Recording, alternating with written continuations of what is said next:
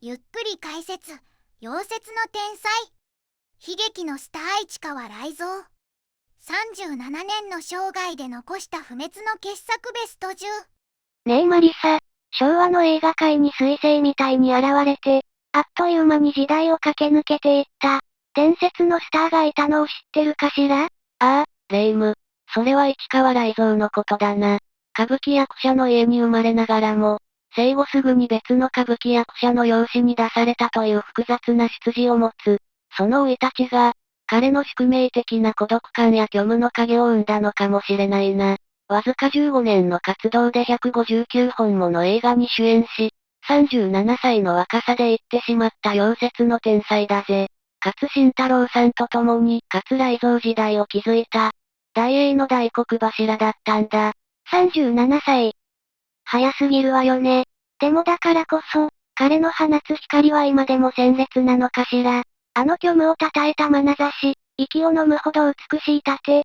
皆さんの心に深く刻まれてる雷蔵さんの傑作って、どの作品なのかな？ファンの数だけ名作があるからな。今回は、そんな市川雷蔵が残した数々の名作の中から、彼の俳優としての軌跡をたどることができる主力のベスト10をランキング形式で紹介していくぜ。最後まで見逃さないでくれよな。第10位。炎上。1958年。さあ、いよいよランキングの発表ね。溶接の天才市川雷蔵。その伝説の軌跡をたどる旅。最初の扉を開く第10位は、一体どんな作品なのかしら？ああ、ここからが伝説の始まりだぜ。第10位は、1958年の炎上。これは単なる一本の映画じゃない。時代劇の美剣士という仮面を脱ぎ捨て、一人の表現者として市川雷蔵が覚醒した、記念碑的作品なんだ。覚醒。なんだかすごい始まり方ね。原作は三島由紀夫の金閣寺よね。美とは何かを問う、すごく観念的で難しい小説じゃない。それを、時代劇のスターがどう演じたの？そこなんだ。雷蔵はセリフや派手な立ち回りに頼ることを一切やめた。彼が武器にしたのは、そのうつろな瞳の奥に宿る狂気の光と、孤独に街をさまよう悲しい背中だ。特に、喫音の主人公が言葉に詰まるシーン。彼はただどもるんじゃない。言葉にならない心の叫び、社会から阻害された魂の痛みを、表情のわずかな痙攣だけで表現しきったんだ。市川崑監督も、あれは演技を超え、雷蔵自身の本質が滲み出ていたと絶賛したほどだぜ。演技を超えた本質。彼自身の孤独や悲しみが、役とシンクロしたっていうこと。その通りだ。さらに、それを捉えたのが世界的な名カメラマン、宮川和夫のモノクロ映像だ。光と影を巧みに操り、美しいはずの金閣をどこか不気味に、そして主人公の心の闇を深く、芸術的に映し出した。そこに、ニヒルな学友を演じる中台達也さんという強烈な個性がぶつかることで、雷蔵の演じる主人公の純粋さと狂気が、より一層際立つんだ。ただの物語じゃない。映像も、役者同士の化学反応も、すべてが雷蔵さんという一点に集約されていく感じね。ああ、だからこの作品で彼は、ブルーリボン賞をはじめ数々の主演男優賞を獲得した。それは、彼が単なる二枚目スターから、人間の業を表現できる本物の俳優へと生まれ変わった瞬間だった。市川雷蔵伝説の第一章は、この静かなる狂気から始まったんだぜ。第9位。薄桜期。1959年。炎上で役者としての魂を覚醒させた雷蔵さん。彼が次に選んだのは、やはりファンが待ち望んだ剣の世界だったのかしら？ああ、だがただの時代劇に戻ったわけじゃないぜ。第9位は1959年の薄桜期。これは、市川雷蔵という性の美学と、もう一人の怪物、勝新太郎という銅の魅力がスクリーン上で激突した、奇跡のような一作なんだ。勝新太郎さん。勝雷蔵時代の到来ね。生と同。想像しただけでワクワクするわ。二人の魅力がぶつかり合うって、具体的にはどういうことなの？雷蔵が演じたのは、クールで知的な剣士丹下天然。対する勝新太郎は、猪突猛進で生命力あふれる中山安兵衛だ。雷蔵は、心の内の激しい情念をほとんど表情に出さない。悲しみも怒りも、すべてをその涼やかな眼差し一つに封じ込めてみせる。一方の勝さんは、感情を全身で爆発させる。この二人が並び立つと、互いの個性が鮮やかなコントラストを描き、まるで火花を散らすように、物語に凄まじい緊張感と奥行きが生まれるんだぜ。正反対だからこそ、お互いの魅力が引き立ったのね。雷蔵さんが演じた丹下天前は、どんな剣士だったの？彼はある事件で片腕を失ってしまうんだ。だが、そこからが雷蔵の真骨頂だぜ。彼は決して絶望を声高に叫んだりしない。ただ静かに、残された片腕で剣を振るう。その所作の一つ一つに、失ったものへの愛惜と、それでも守りたいもののための覚悟が滲み出ているんだ。特に、クライマックスの雪中での立ち回り、しんしんと降る雪の中で、血に染まりながら舞うように戦う彼の姿は、もはや盾を超えた一種の芸術だ。悲しく、そして息を飲むほどに美しいんだぜ。片腕の剣士が、雪の中で舞う。なんだか、儚くて、でも強い意志を感じるわ。そうだろ？豪快な勝新太郎の剣が力の象徴なら、雷蔵の剣は魂の象徴なんだ。この作品は、対照的な二人の天才が出会ったことで生まれた、日本映画史に残る美しき決闘。これを見ずして、雷蔵は語れないぜ。第8位、盆地、1960年。炎上の狂気、うっさ暗きの悲哀。どちらも雷蔵さんのストイックな魅力が際立つ作品だったわね。でも、なんだか少し息が詰まるような気もするわ。もっと人間臭い、ダメな部分も見せてくれるような役はなかったのかしら？ふふ、レイム、最高の振りをありがとうだぜ。そんな君の渇きを潤してくれるのがこの第8位。1960年の傑作喜劇、盆地だ。これは、市川雷蔵史上、最もチャーミングで、最も愛すべきダメ男が見られる作品なのぜ。愛すべきダメを、あの雷蔵さんが？信じられないわ。一体どんな役なの？彼が演じたのは、大阪船場の老舗旅問屋の跡取り息子、いわゆる、盆地だ。これがもう、これまでのイメージを木っ端みじんに破壊するほどのハマり役でな。彼はただの宝刀息子を演じたんじゃない。ひょうひょうとして女たちを手玉に取るその裏側で、老舗ののれんを背負う宿命と、誰にも見せない孤独の影を、ふとした瞬間の眼差しで表現したんだ。決して同情を誘うような演技はしない。あくまで軽やかに、粋に、でもどこか寂しげに、その絶妙なバランス感覚こそ、役者雷蔵の天才たるゆえんだぜ。粋で、寂しげな宝刀息子。なんだか、すごく奥が深いキャラクターなのね。ああ、そして、その魅力を最大限に引き出したのが、市川崑監督のモダンな演出と、彼を取り巻く超豪華な女優陣だ。若尾文子さん、京町子さん、越路吹雪さん、彼女たちを相手に、雷蔵はまるで水を得た魚のように遊ぶんだ。強い女たちに振り回されているようで、その実、すべてを手のひらで転がしているかのような余裕を見せる。その小気味良いテンポの会話劇は、見ていて本当に楽しいぜ。大女優たちと渡り合う雷蔵さん。想像しただけで艶やかだわ。シリアスなだけじゃない。こんなにもチャーミングな一面があったなんて。そうだろ？炎上やうっさくらきが彼の性の魅力なら、盆地は彼の艶の魅力が爆発した作品だ。この作品の成功が、市川雷蔵という役者のとてつもない幅広さを世に知らしめたんだ。ファンなら絶対に見ておくべき、最高のギャップ萌え映画だぜ。第7位、破壊、1962年。盆地で見せたあの軽やかな魅力。雷蔵さんのイメージがガラッと変わったわ。でも、彼の本質はやっぱり、人間の深い業や葛藤を見つめる、あの静かな眼差しにある気がするの。確信をついてきたな、レイム。その通りだぜ。第7位は、再び市川崑監督と組んだ1962年の破壊。これは、雷蔵の性の演技が、もはや神業の域にまで達したとんでもない傑作だ。原作は島崎藤村の、すごく重いテーマよね。被差別部落出身であることを隠して生きる教師の苦悩。雷蔵さんは、その痛みをどう表現したの？彼は、苦しみや悲しみを決して大げさに見せなかった。むしろ逆だ。周囲に溶け込もうと完璧な教師を演じれば演じるほど、ふとした瞬間に彼の瞳に宿る孤独の色が、痛いほどに濃くなっていくんだ。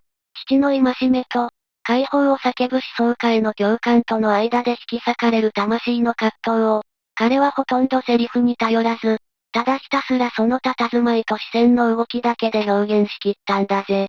声に出さない叫びね。想像するだけで胸が苦しくなるわ。クライマックスの、生徒たちの前で全てを告白するシーンが有名よね。ああ、あのシーンは日本映画史に残る名場面だ。市川崑監督は、カメラを据え置いた長回しで、雷蔵の表情だけを捉え続けた。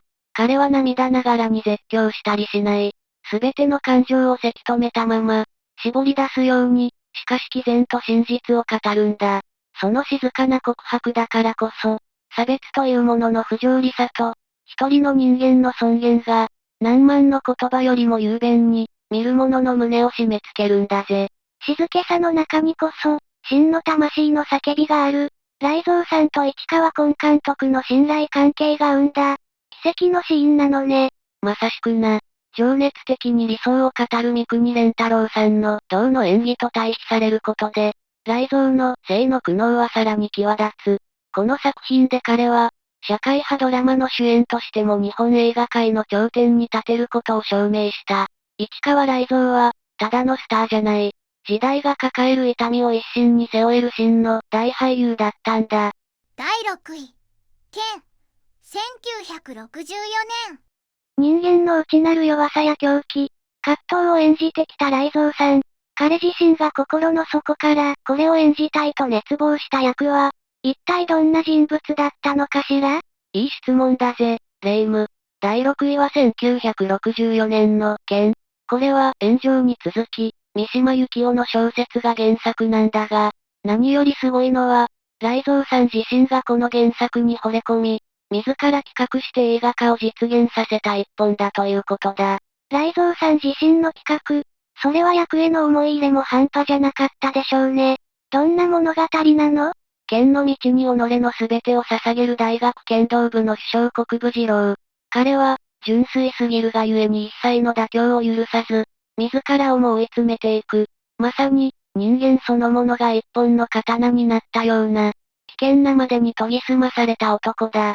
この役を演じる雷蔵さんの姿こそ、彼の異名、カミソリ雷蔵の真骨頂なんだぜ。カミソリ雷蔵、その佇まい、想像しただけで背筋が凍るようだわ。彼の演技の凄みは、どんなところに現れているの？精神論だけじゃない、その圧倒的な肉体性だ。鍛え上げられた肉体から放たれる鋭い眼光、竹刀を構えた時の微動だにしない体感。その姿は、もはや演技ではなく本物の弓道者そのものだ。そして、炎上や破壊が見せたうちにこもる性とは全く違う。本作の雷蔵が放つのは、不純なものを切り捨て、自らをも破滅へと導く、どこか狂気をはらんだ攻撃的で冷たい性なんだ。そのストイックな姿は、美しくもあり、恐ろしくもある。内に秘めるんじゃなく、外へ向かう静けさ。それは新しい雷蔵さん像ね。監督はどなたなの？監督は、数々の時代劇で雷蔵の盾を最も美しく撮った男、三角健二だ。彼の様式美あふれる演出が、三島由紀夫の硬質な世界観と完璧に融合した。雷蔵が人生をかけて体現したかった美と狂気。その答えが、この一本に刻まれている。これはもう、理屈じゃない。全身で感じてほしい傑作だぜ。第5位、花岡清舟の妻、1967年。どんな難役でも自分のものにしてきた雷蔵さんだけど、彼ほどのスターなら、常に自分が物語の中心で輝き続ける役にこだわったんじゃないかしら？普通はそう思うよな。だが、市川雷蔵という役者の凄さは、そこじゃないんだ。第5位は1967年の花岡清舟の妻。この作品で彼は、自らが主役でありながら、物語の中心を二人の女優に明け渡すという、驚くべき選択をしたんだぜ。どういうこと？主役なのに、主役じゃないって。この物語の真の主役は、雷蔵演じる天才医師清舟をめぐって、愛と嫉妬の火花を散らす妻のカエと、母のお次なんだ。カエを演じるのは若尾文子さん。母を演じるのは高峰秀子さん。この二大女優が、麻酔薬開発の実験台になることをめぐって、引き迫る演技合戦を繰り広げる。雷蔵は、その壮絶な女の戦いの原因であり、触媒となる役に徹したんだ。なるほど。嵐の中心にいる、静かな目のような存在だったのね。彼が演じた清舟って、どんな人物だったの？医学の発展のためなら、妻や母の命すらも実験道具としか見ない。涼やかな知性の仮面の下に、マッドサイエンティストの狂気を秘めた男だ。彼は女たちの争いを止めようとはしない。むしろ、その執念を利用して自らの研究を進めようとする。雷蔵はその非常さと恐ろしさを、感情を一切排した冷たい眼差しだけで表現したんだ。決して同情を誘わない、底の知れない男としてそこに存在する。その不気味さが、女たちの愛憎劇をより一層燃え上がらせるんだぜ。うわぁ。それは怖い役ね。でも、そんな役をトップスターが引き受けるなんて、すごい懐が深いわ。その通りだ。トップスターでありながら、作品全体が最も面白くなるポジションを冷静に見極め、そこに徹することができるクレバーさ。これこそが市川雷蔵の進化なんだ。自分が目立つことより、映画そのものの完成度を優先する。彼のこの知的な姿勢があったからこそ、日本映画史に残るこの傑作は生まれたんだぜ。第4位、ある殺し屋、1967年。どんな役を演じても、どこか古風で、武士のようなストイックな匂いがするのが雷蔵さんの魅力だったわよね。でも、もし彼が現代に生きていたら、どんな顔を見せてくれたのかしら？その答えが、ここにあるぜ。第4位は1967年のある殺し屋。これは、雷蔵が初めて挑んだ本格的なハードボイルド映画であり、彼の内に秘められた現代的なニヒリズムとクールネスが爆発した傑作だ。ハードボイルド、時代劇のイメージが強い雷蔵さんが、銃を、想像がつかないわ。ああ、彼が演じるのは、表向きは小料理屋の主人、裏の顔はプロの殺し屋塩沢だ。この役で雷蔵は、極限までセリフを削ぎ落とした。彼が語るのは、殺気と哲学を宿したその目。ただ静かに酒を注ぎ、魚をさばく。その日常の所作と、殺しの道具である銃を組み立てる手つきが、全く同じ静けさと正確さで行われるんだ。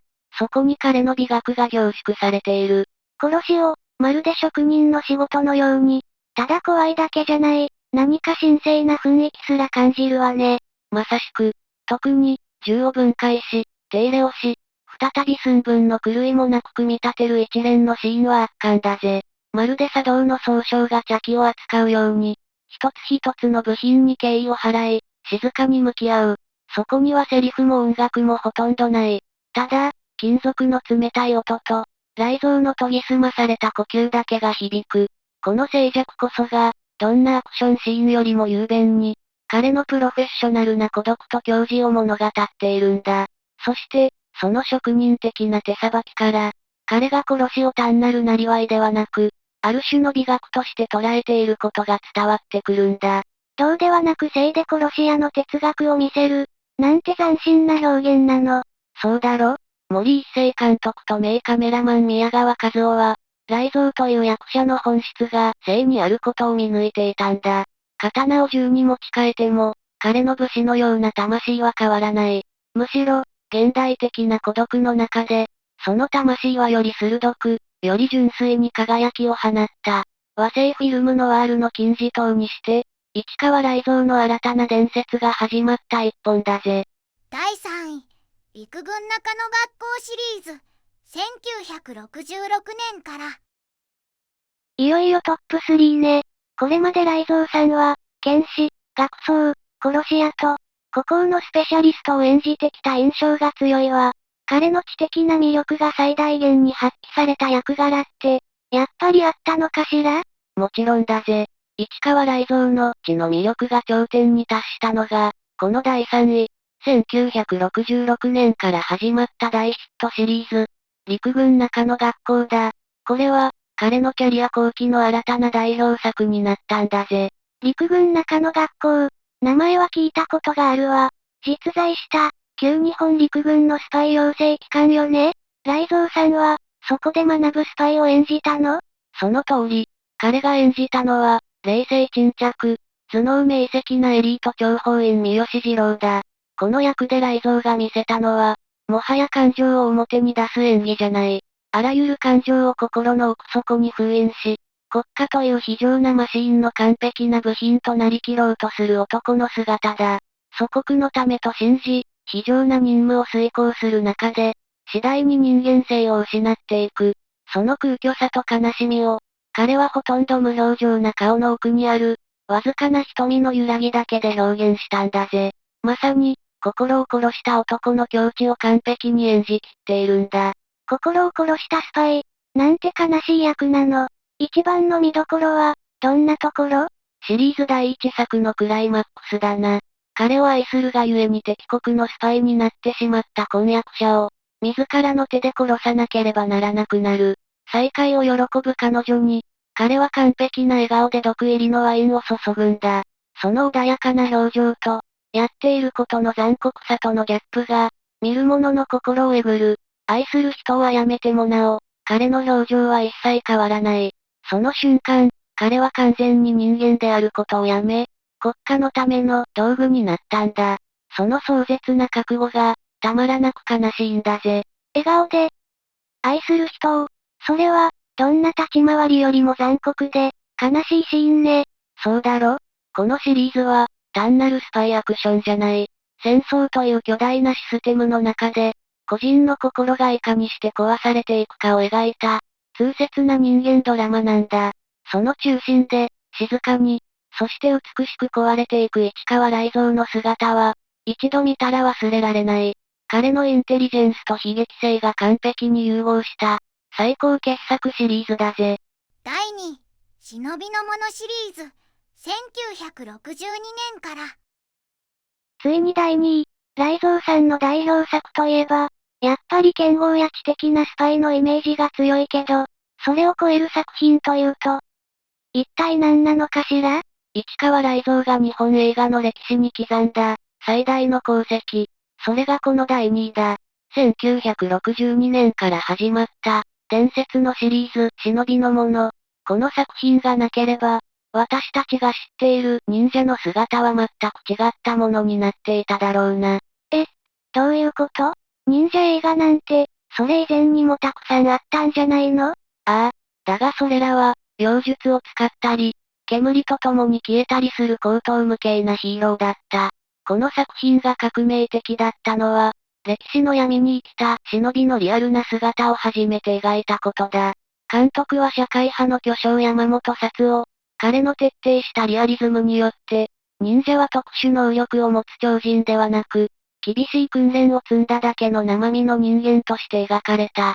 権力者に虐げられ、道具として使い捨てにされる、非常で過酷な存在としてな。キラキラしたヒーローじゃないのね。雷蔵さんが演じたのは、もちろん主人公の石川五右衛門よね。どんな人物だったの？彼が体現したのは、決して超人ではない。泥と血にまみれた生身の人間だ。巨大な権力に仲間を殺され、すべてを奪われ、ボロボロになりながらも復讐を誓う。雷蔵が見せるのは、華麗なアクションじゃない。闇に潜み、息を殺し、必死に生き延びるための術そのものだ。壁に張り付き、床下を這い、一瞬の隙をつくその姿は、見る者に息もできないほどの緊迫感を与えるんだぜ。アクションじゃなくて、サスペンスなのね。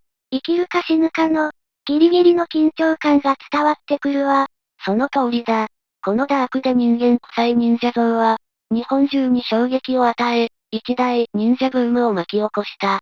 そして、後のあらゆる映画や漫画、アニメのクリエイターたちに計り知れない影響を与えたんだ。市川雷蔵は、ただ忍者を演じたんじゃない。私たちが知るリアルな忍者の原型を、たった一人で想像したんだ。これ以上の伝説があるかい？第1位、眠り京四郎シリーズ、1963年から。ついに、この時が来たわね。市川雷蔵という不世出のスターが残した、数々の傑作の頂点に立つ作品。彼の伝説のすべてが、ここにあるのね。ああ、もはや理屈じゃない。市川雷蔵という俳優の魂そのものだ。栄光の第一位は、1963年から始まった、邦画史上最も美しく、最もニヒルなヒーローが舞う伝説のシリーズ、眠り京四郎だ。眠り京四郎。やっぱり、雷蔵さんといえば、この人しかいないわ。あの虚無の眼差し、そして、あの必殺剣。そう、円月殺法だ。だが、あれは単なる必殺技じゃない。刀で円を描き、敵を幻惑するあの構えは、京四郎の虚無と美学そのものを体現した哲学なんだ。静寂の中、すっと刀を構える。その瞬間に生まれる神々しいまでの様式美と色気は、他の誰にも絶対に真似できない。まさに市川雷蔵だけの領域だぜ。特に、あのゆっくりとした、しかし容赦のない流れるような動き。一見すると隙だらけに見える構えから、一瞬で敵を仕留めるその様は、見る者に恐怖と同時に、とてつもない美しさを感じさせるんだ。構えそのものが哲学。なんてすごいの。彼が演じた眠り京四郎って、どうしてあんなにも人を引きつけるのかしら？それは、彼が背負った底知れぬ孤独にある。転びバテレンの父と日本人の母との間に生まれた根血の剣士。その出自ゆえに、彼は何者にもなれず、誰のことも信じない。金にも権力にもなびかず、ただ己の美学だけで剣を振るう。だが、そんな彼の冷たい仮面の下に、時折こぼれ落ちる一瞬の優しさや哀愁があるんだ。そのギャップに、観客は心をわしづかみにされてしまうんだぜ。冷たいのに、優しい。孤独だからこそ、本当の優しさを知っているのかもしれないわね。雷蔵さんの演技は、どうだったの？名優の勝新太郎さんはこう言った。雷ちゃんは、顔で切ってたと。顔できる？ああ、派手な立ち回りや力任せの盾じゃない。刀を構え、敵と対峙した時の表情。その眼差しだけで相手を圧倒し、死に至らしめるほどの凄みがあったということだ。彼は、宿命への定感、燃えるような情念、その全てを涼やかな表情の奥に宿る、わずかな眼差しの変化だけで表現した。市川雷蔵がそれまでのキャリアで培ってきたもの全てが、この眠り京四郎という役に注ぎ込まれている。彼こそが京四郎であり、京四郎こそが彼だった。もはや役を超えた、魂の融合なんだ。総評、まとめ。こうしてベスト10を振り返ると、市川雷蔵という役者がどれだけ深く、そして広い世界を見せてくれたかがわかるわね。本当に、炎のように短い生涯を駆け抜けていった孤高の天才だったんだわ。ああ、もし彼が37歳という若さでいかなければ、日本映画は一体どう変わっていたか。私たちはその姿を想像することしかできない。だが、彼が残した作品は永遠に輝き続ける。その伝説を、これからも語り継いでいきたいよな。本当にそう思うわ。彼の残した光は、これからも多くの人々の心に深く刻まれ続けるでしょうね。たくさんの感動をありがとうって、心から伝えたいわね。まったくだぜ。市川雷蔵という不世出のスターが残してくれた傑作の数々、いかがでしたでしょうか。この動画が面白いと思っていただけたら、ぜひ高評価とチャンネル登録をお願いいたします。皆さんの心に残る雷蔵作品も、コメントで教えてくれると嬉しいぜ。